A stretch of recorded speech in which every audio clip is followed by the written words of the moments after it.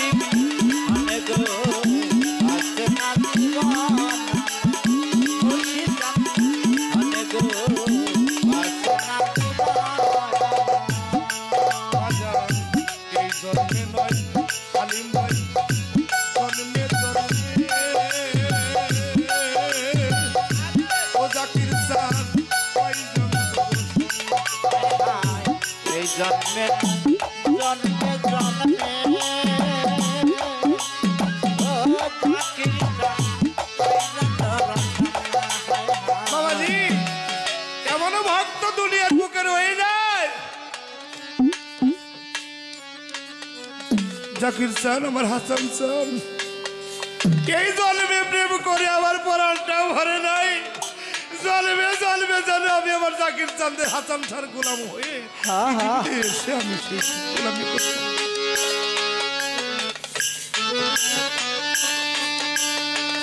একটা জন্মে আমার পরাণটা ভরে নাই ও মান্নাল চাল হারুন স্যার ও আমার হাসান স্যার জন্মে জন্মে প্রত্যেক বাড়ি জানো আমি এরকম গোলাম হয়ে এসে আমি আমার জাকির চাঁদের সেবা করতে পারি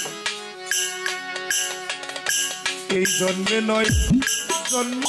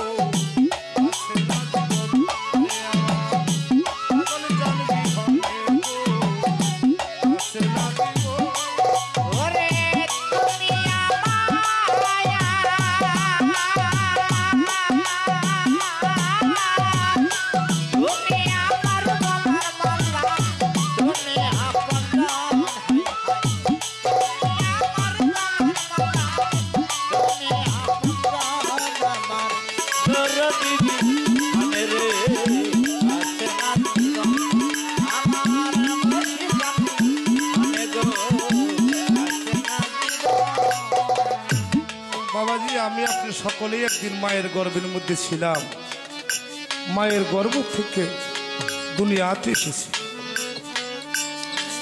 আমি যখন মায়ের গর্ভে ছিলাম আমার বয়স মাত্র 7 মাস এই 7 মাসের মধ্যে আমার মায়েরা ভালো জানে 6 থেকে 7 মাস একটা বাচ্চার বয়স যখন গর্ভে হয় ওই বাচ্চাটা গর্ভের ভিতরে একটু নড়াচড়া করে তাই করে না বাবা হ্যাঁ আগে এরকম ঘন ঘন টিউবওয়েল ছিল না আগে ছিল কূপ আর ছিল ইন্দোরা মায়ের চাচিরা অনেক কষ্ট করে পানি সংগ্রহ করে এনে বাড়ির কাজ করতে আমি যখন মায়ের গর্ভে আমার বয়স 7 মাস আমার মা গ্রাম অঞ্চলে বাড়ি বাবা মাটির কলস কাঙ্কে নিয়ে পানি আনার জন্য আরেক পাড়া ইন্দোরার পাশে যাইতেছে দেখবেন যখন ইন্দোরা থেকে পানি উঠায় রশিয়ার বালতি দিয়ে পেটটা কিন্তু চাপ লাগে বলের সাথে লাগে না যখন চাপ লেগেছে আমার গায়ে একটু আঘাত পড়েছে আমি লড়াচড়ার চেষ্টা করতেছি মা পানি ভরে কাঙ্কে নিয়ে বাড়ির দিকে আসে অর্ধেকটা পথ এসেছে মনে হয় হঠাৎ করে আমি মায়ের কলিজার মধ্যে লাথি মেরে দিয়েছি যখন মায়ের কলিজার মধ্যে লাথি মেরে দিয়েছি আমার মা দুটা চোখ দিয়ে পানি দিয়ে পড়ে মানুষ জিজ্ঞেস করে তুমি কান্না করো কেন? মা দেখেন কত মন মোটামুটি মানু খায় না আমার চোখে পোকা ভিত উপরে যদি একটা মশাই কামড় দেয় বাবা সঙ্গে সঙ্গে ব্যথায় মেরে ফেলি। যদি একটা মানুষের কলিজার মধ্যে আঘাত লাগে তাহলে তার কেমন লাগে? দেখতে দেখতে 10 মাস গত হয়ে গেল। আমি পৃথিবীতে আসব। যখন মায়ের প্রসব যন্ত্রণা ওঠে, কারো 2.5 দিন, কারো 2 দিন, কারো 24 ঘন্টা আগে ব্যথাটা উঠে।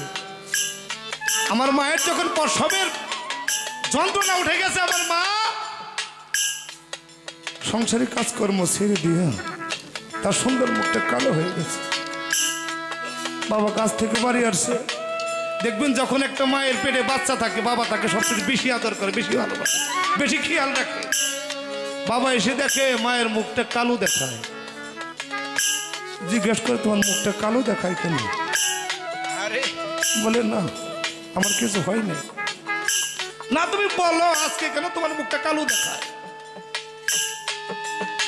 আমার মা 2টি চোখের পানি ছেড়ে বলেছিল, আমার মনে হয় আমি আর বাঁচবো না গো।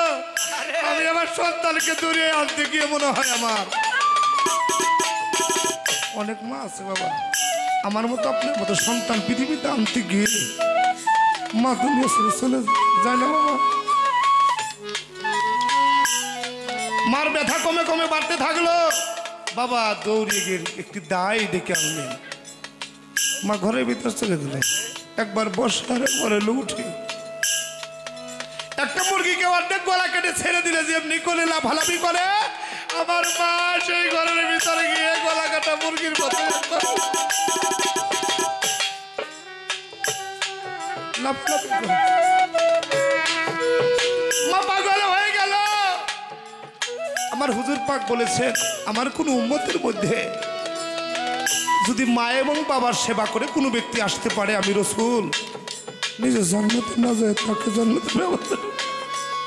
কারণ আমি জন্মের পরে আমার বাবার সুখ আনন্দ আমি পাই নাই। আমার যখন 6 বছর বয়স তখন আমার মাও।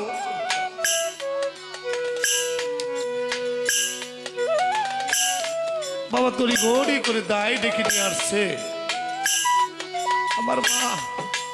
আমার হুজুর পাক বলেন, সমস্ত দুনিয়ার ব্যথা বেদনা যদি এক পালায় দেওয়া হয়, মায়ের প্রসবের যন্ত্রণা এক পালায় দিলে ওই পালাটাই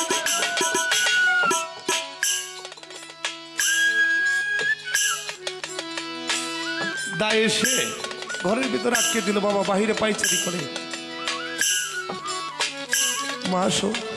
দাইকে বলে, মা মা গো, যদি আমার বাচ্চাটা প্রসব হয়, আমি যদি দুনিয়া ছেড়ে চলে যাই, আমার বুকের মালিককে, আমার কলিজার মালিককে আমার বুকের উপরে রাখা।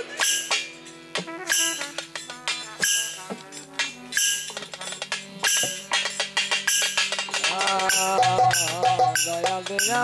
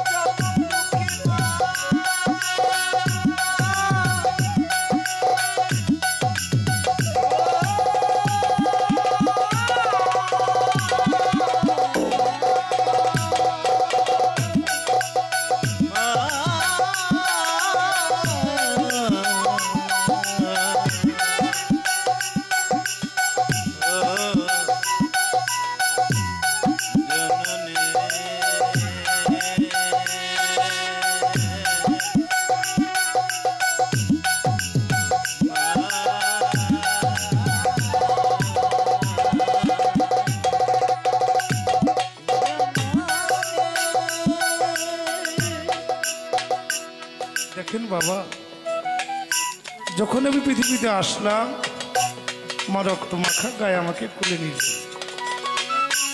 আমি ধীরে ধীরে বড় হইতে লাগলাম।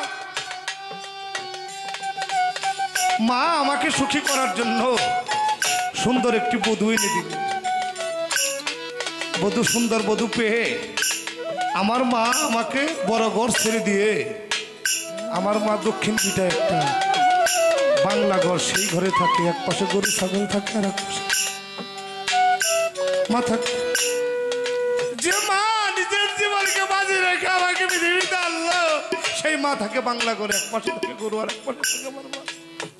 শুধু আমাকে সুখী করে আমি সুন্দর বধূ লালসাই পরে আমার মাকে গর্ভধারী মাকে। বাবা, আমরা যারা মুসলমান যখন ঈদ আসে সকলে মার্কেট করতে যাই, যার যেমন টাকা ওই রকম যাই, ওই রকমই কিনি। মার্কেটে চলে গেলাম, আগে গিয়ে বউয়ের জন্য 5,000 টাকা দিয়ে শাড়ি কিনলাম, তারপরে শালার জন্য কিনলাম, শালির জন্য কিনলাম, আমার ছোট ছোট দুটি বাচ্চা ছেলে আর মেয়ে তাদের জন্য কিনলাম। আমার মায়ের কথা মনে নাই। বাড়ি চলে আসছি, মা অধর নয়নে তাকিয়ে রয়েছে যে আমার ছেলে মার্কেটে গেছে, আমার জন্য কিছু আনবে। এসে আমি কি করলাম, মায়ের কাছে যাই না, কারণ আমি তো মায়ায় পড়ে গেছি, মুহে পড়ে গেছি। মুহে পড়ে মার কাছে যাই নাই, বউকে ছাড়ে দিচ্ছি, বউ খুশি, শালা শালি খুশি। আমার ছোট মেয়েটা দৌড়িয়ে মায়ের কাছে গেছে, দাদু দাদু দেখেন আমার আব্বু আমাকে সুন্দর জামা কিনে দিয়েছে। মাথা মাথা হাত লাগিয়ে বললো ভালো ভালো। তখনও আমার মা চাওয়া যে আমার জন্য নিশ্চয়ই একটা কাপড়। দিন গড়িয়ে যখন সন্ধ্যা হয়ে গেল, সন্ধ্যা হয়ে যখন গেল, আমি তো মায়ের কাছে যাই না। সন্ধ্যার সময় আমার মা দুটি হাত আল্লাহর দরবারে উঠিয়ে বলে, মালিক আল্লাহ, ও যদি আমাকে কিছু না দেয়, আমার সুন্দরটাকে ভালো রাখো, কারণ ও তো আমার নারী ছেড়ে আজকে আমার হাসান সাথে দিয়ে এখানে থাকতো, যারা আমার হাসান সার ভক্তা পরানটা পরে যখন দেখতো তারই দইটা জোড়াই যাইতো। আমার জাকির সন্তানে হাসান চাঁদের বেলাটা মিলাইছে আমার হাসান শাহ, চাঁদের বেলা মিলাই আমার পাগল কোথায় জানি লুকে দিছে। কতটা দিন হয়ে আমি আমার হাসান আমি আমার পাগলকে দেখি না, দেখলে হৃদয়টা ভরে যাইত।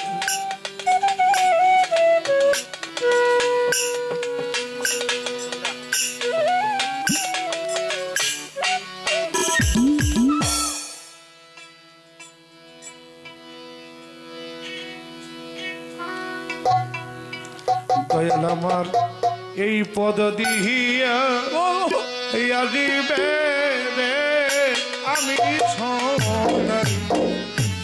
থাকি পন্থীর দিকে।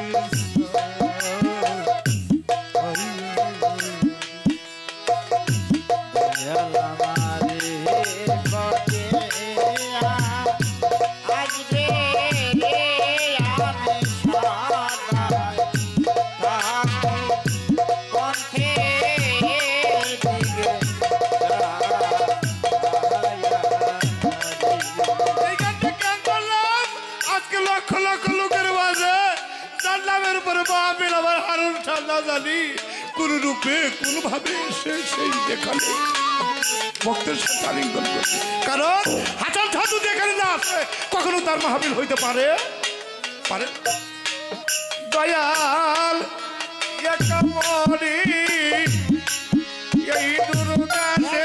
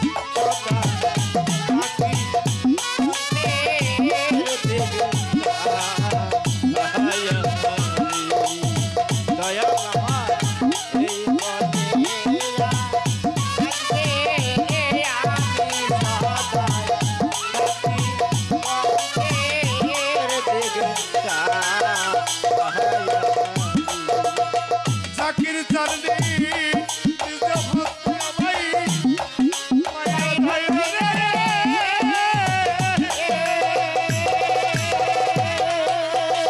আমার পাগলা যাইলি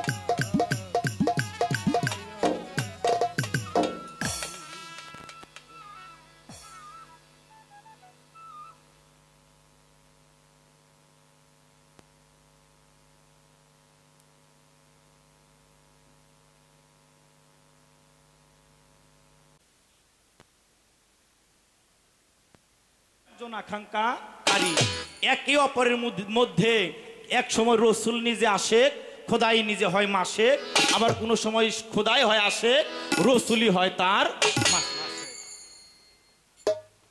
বাবাজি বেশি কথা হইলো খেতা হারানো যায়। তুমি এক ছুটে এতটি কইলে আমার কথা কর জায়গার আছে। বেশি কথা আমি জানি না বাজান, আমার সাইজটা ছোট। ওই যে আমাদের কালো ভাই আসছে, এই তো বোধহয় আমার এই পর্যন্ত 15 বছর ধরে বোধহয় এটুকাই উনি আমার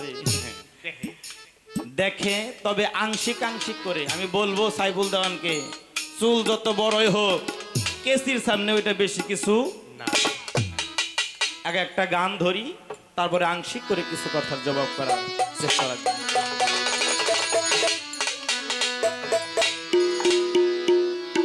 ওরে যার যার কালাচান আনন্দপুরে,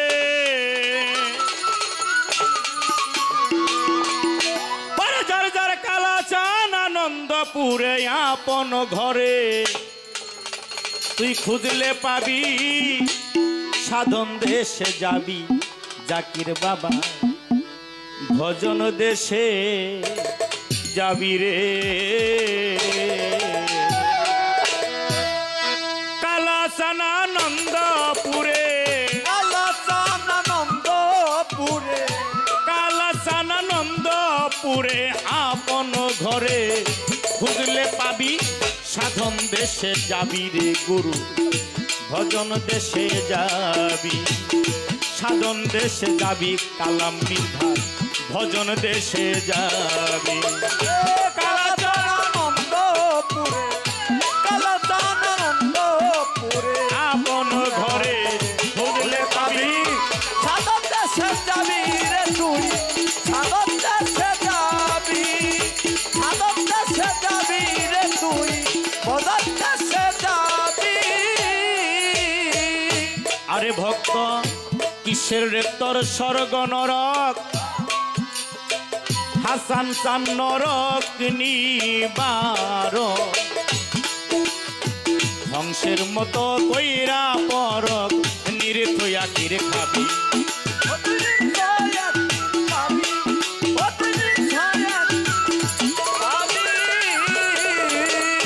ওরে ভক্ত কিসের রে তোর স্বর্গ নরক, যার যার গুরুই হয় নরক নিবার, ধ্বংসের মতো কইরা পরক, নির্থয়া কিরে খাবি।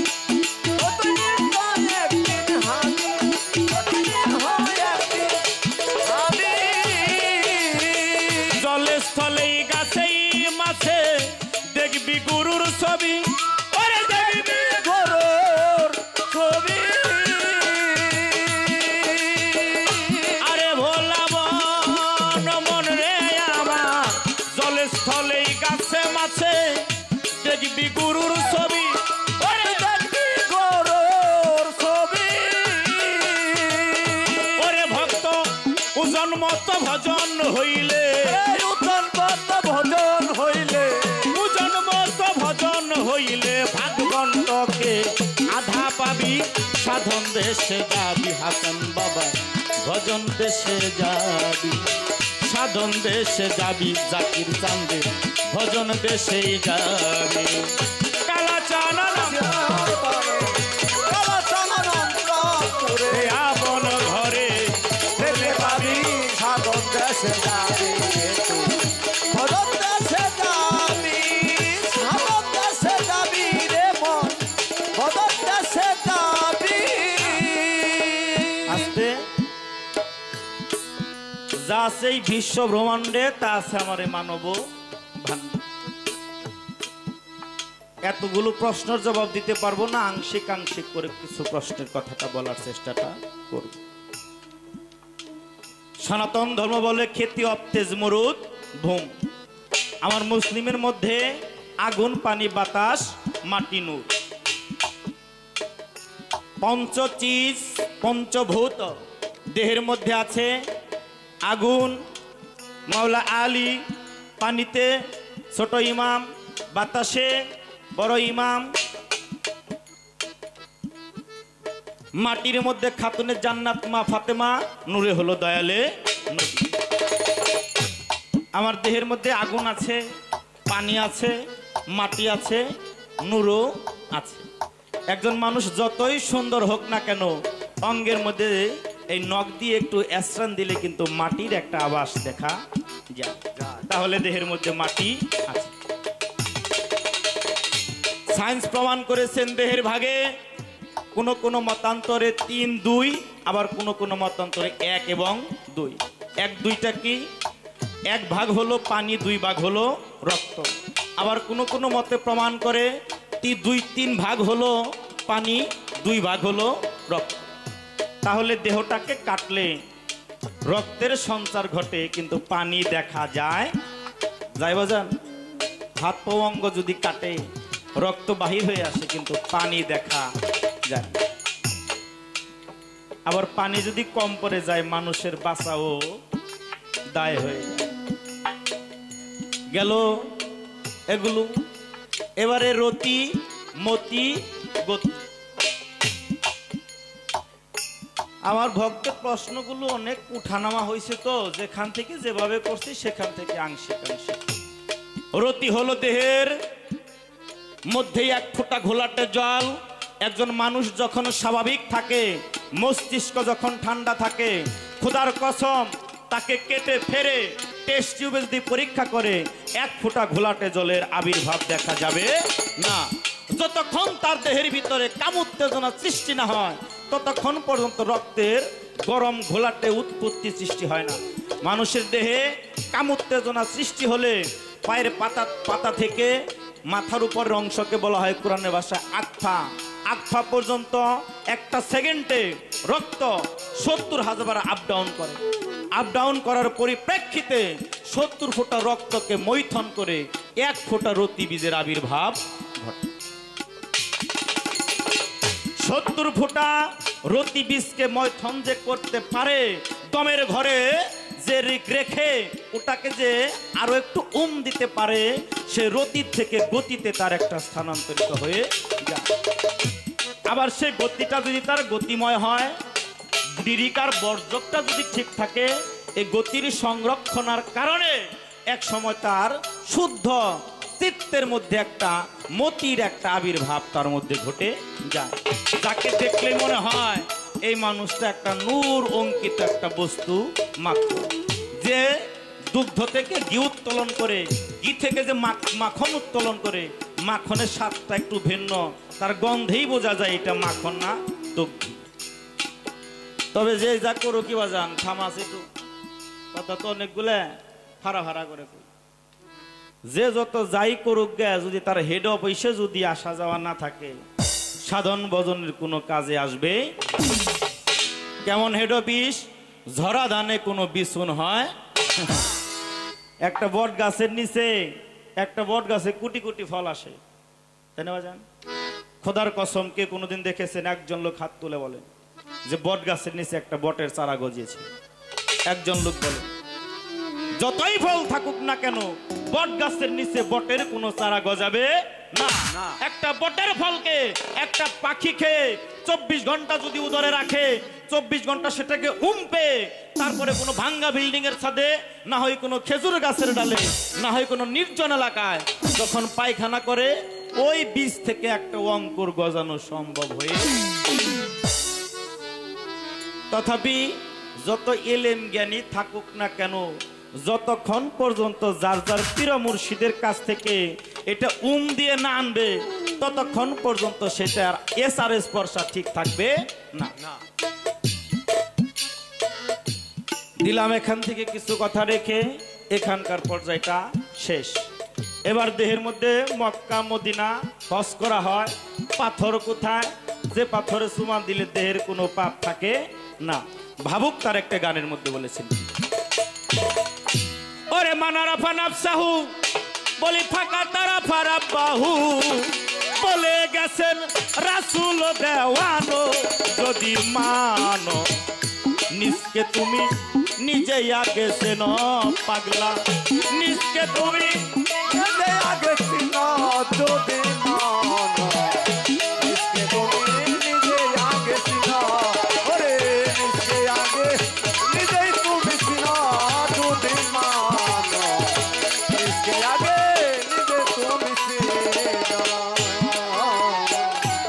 নাভিমূলেই আছে কাবা,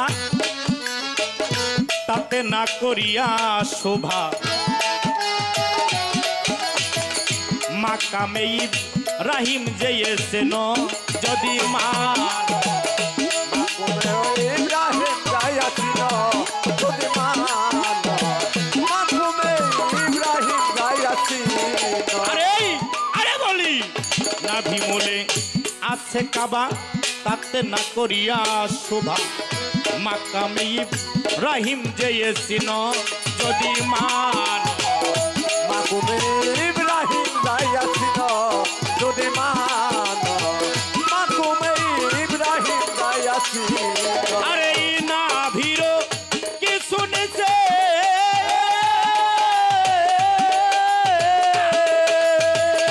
আরে বাজান নাভির কি শুনিছে, হাজরাতুল আসওয়াদ আছে। নাভির কি শুনিছে, আসওয়াদ আছে। নাভিরই কিছুই নিচে হাজরাতুল আসওয়াদ আছে। জায়গা বুঝে করে লও চুম্বন রে পাগল, জায়গা বুঝে করে লও চুম্বন যদি পারো। নিজকে তুমি নিজে আগে চেন, হায় হায় নিজকে তুমি নিজে আগে চিন যদি মান, নিজকে তুমি নিজে আগে চিন। আরে নিজকে আগে নিজেই তুমি চিন যদি মন, নিজকে তুমি নিজে আগে চিন। আস্তে রেখে দিলাম এক সাধকের গান। আবার আমার রশিদ সরকার সাইজি বলেছেন কি, কুলকাইনাতেই খবর হচ্ছে, কুলকাইনাতেই কলম হইতে কুলকাইনাতেই খবর হচ্ছে, আদম কাল বের ভিতরে চিনালো গাতারে রে আগে, চিনালো গাতারে। কুলকাইনাতে কলম হইতে, তোমরা যাতে কলম হইতে, আদম কাল বের ভিতরে চিনালাও গায়ারে গায়ন, চিনালাও গাতারে, চিনালাও গাতারে, চিনালাও গাতারে। বলি যাইতে কলবের পথে 12টি রসইল খাইতে, যোগসূত্র নাভির সাথে মায়ের উদরে। ওরে মায়ের উদরে, ওরে মায়ের উদরে, নুক্তাই করে নুক্তার দৃষ্টি 15টি ঘরে, ওরে 15টি ঘরে। ওরে ভোলা মন মন রে আমার, নুক্তাই করে নুক্তার দৃষ্টি 15টি ঘরে। ওরে পনেরোটি ঘরে, ওরে বাজান ওই পুনার নুক্তা দিয়া, পনেরো লৌকা দিয়া, ওই পুনার নুক্তা দিয়া নিজের রোজুদ নিজেই ঘরে। চিনা লৌগা তারে রে পাগলা, চিনা লৌগা তারে। কুলকাইনাতে খবর হচ্ছে, ওনার কাছে খবর হইতে, কুলকাইনাতে খবর হচ্ছে, আদম কাল বের ভিতরে চিনালাও গায়াগে তারে, চিনালাও গায়াগে, চিনালাও গায়াগে তারে, চিনালাও গায়াগে। 7টি নোক্তা নফি করে, 8টি নোক্তা রয় প্রচারে। লামুকামে বৈশায় আদম প্রেমের খেলা খেলে। ওরে প্রেমের খেলা খেলে, ওরে প্রেমের খেলা খেলে। আরে বাজান 8টি নোক্তা নফি করে, 7টি নোক্তা রয় প্রচারে। লামুকামে বৈশায় আদম প্রেমের খেলা খেলে। ওরে প্রেমের খেলা খেলে, ওরে প্রেমের খেলা খেলে। রশিদ বলে আসুক মাসুক আছেই যার ভিতরে, ওরে আছে যার ভিতরে। ওরে ভোলা মন মন রে আমার, রশিদ বলে আসুক মাসুক আছে যার ভিতরে। ওরে আছে যার ভিতরে। ওরে বাজান বানারা ফার ঘরেই ঢুইকা, মানা ভরার ঘরে ঢুইকা,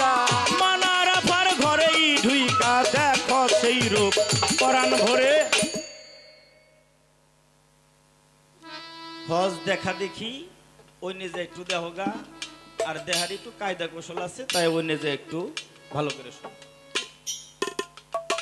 একটা হলো তথ্য, একটা হলো তত্ত্ব। তথ্য হলো ইনফরমেশন, তত্ত্ব হলো মাহাত্ম্য কিছু রেসালত প্রাপ্ত গোপন রহস্য কিছু কথা। একটা বাউল মঞ্চে দাঁড়িয়ে সে যেন শুধু তথ্যটাই প্রদান করে, তত্ত্বের জায়গায় যেন বাউল না দাঁড়িয়ে থাকে, কারণ তত্ত্ব বলার একটি আর কোনো বাউলের নেই। তত্ত্বটা বলবে একজন তাত্ত্বিক, যারা যারা গুরুর রেসালত প্রাপ্ত, যারা মুর্শিদের নিয়ামত প্রাপ্ত, যারা ওয়াহেদানাত প্রাপ্ত, খোদা খোদা করতে করতে যারা খোদা মুক্ত হয়ে গেছে, খোদা প্রাপ্ত, তাদের কাছ থেকে এই বেলায়েত প্রাপ্তর হাকিকতগুলো জানাটা দরকার। তাহা ওই মুখেই শোভা পায়, উহার বেশি বাইরে চলে গেলে ছোলা কলা বাজারে বিক্রি হয় না। এর বাহিরে আর আমার কোনো কথা আসলো না।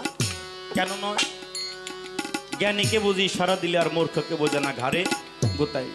ইশারাতে রেখে গেলাম, আর ইহার বাহিরে বেশি কিছু বলার আমার আর ইচ্ছা নাই। একটা গান ধরেছি, আর একটা গান ধরার চেষ্টা